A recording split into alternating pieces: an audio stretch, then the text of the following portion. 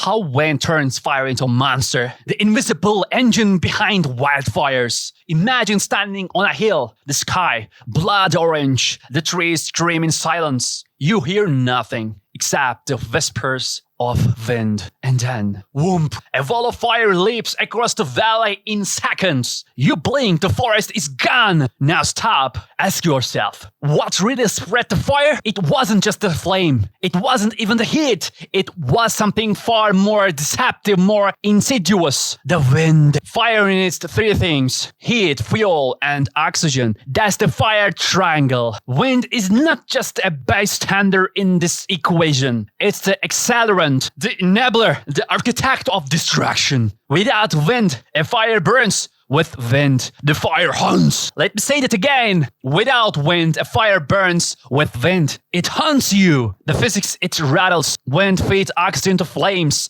And flames are greedy little beasts. The faster the wind blows, the faster fire grows. But it's not linear. It's exponential. A 20 km/h wind might double the speed of spread. A 40 km/h wind might quadruple it. That's not math. That's war. And that's not all. Wind carries embers. Tiny dragons. These embers fly kilometers ahead. You think you are safe? Wrong. One ember lands in dry grass near your fence. A second later, your world ignites. Spotfires, that's what we call them. But don't let the term fool you. They don't just spot, they ambush. Now let's make this worse. Crank up the temperature. 35 degrees Celsius, maybe 40 at dry air. Now add wind. What do you get? You get Hell's algorithm. In fire science, we call it the perfect storm. Hot air plus dry conditions plus wind is equal catastrophe. Why? Because hot air rises, wind replaces it with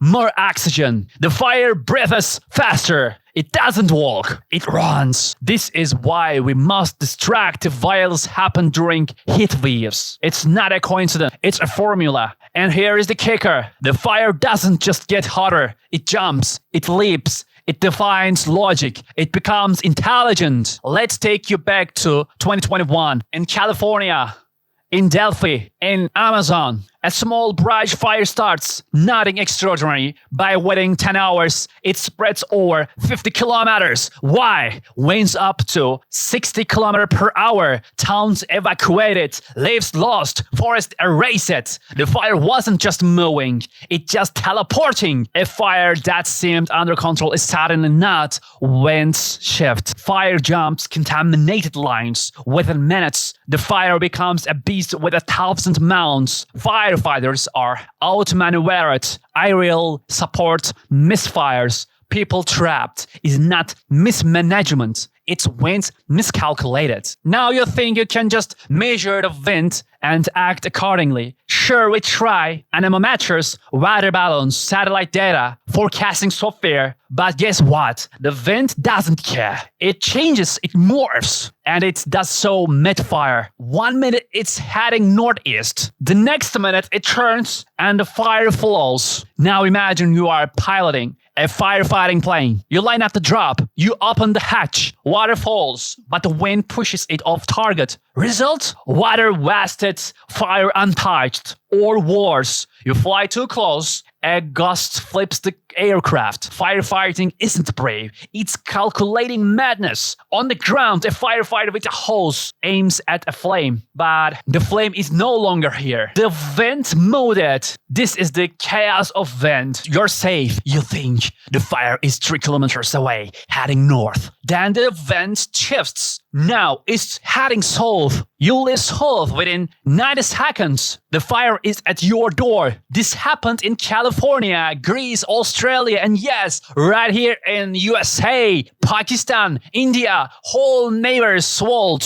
Not because they were close, because the wind betrayed them. This isn't just nature. This is strategy, a cruel one. Now let's get real. We can't stop wildfires, but we can outthink them. That begins with understanding wind. Why do we allow forests to grow without corridors? Why do we ignore the wind tunnels? That funnel goes straight through our national parks. In modern forest planning, roads can serve as fire breaks. Tampon zones should be placed in windward edges. Rainforestation should allow wind patterns. Let me repeat. You cannot protect forests unless you understand wind. It's like building a city without constant earthquakes. Foolish, dangerous, fatal. Here comes the part nobody wants to hear. Most wildfires are started by humans. A cigarette flickers from a car. A barbecue on a windy afternoon. A glass bottle reflecting sunlight. Combine any of these with a dry forest and a 30 km per hour's wind. The wildfire in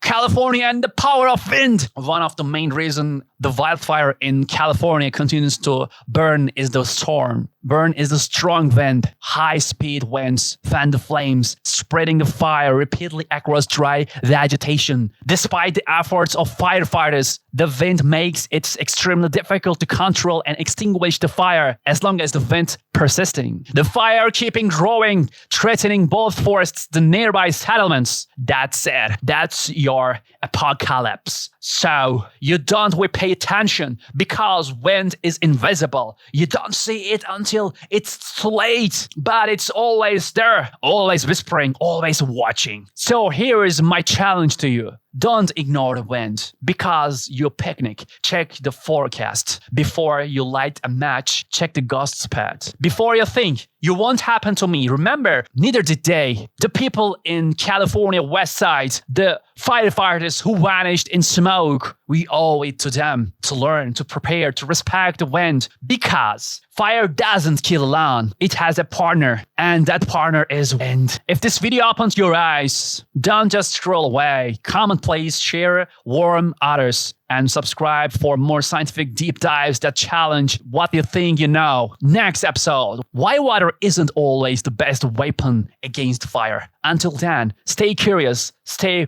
vigilant, and remember, what you can see can still burn you. Let's drink a coffee, Voyagers.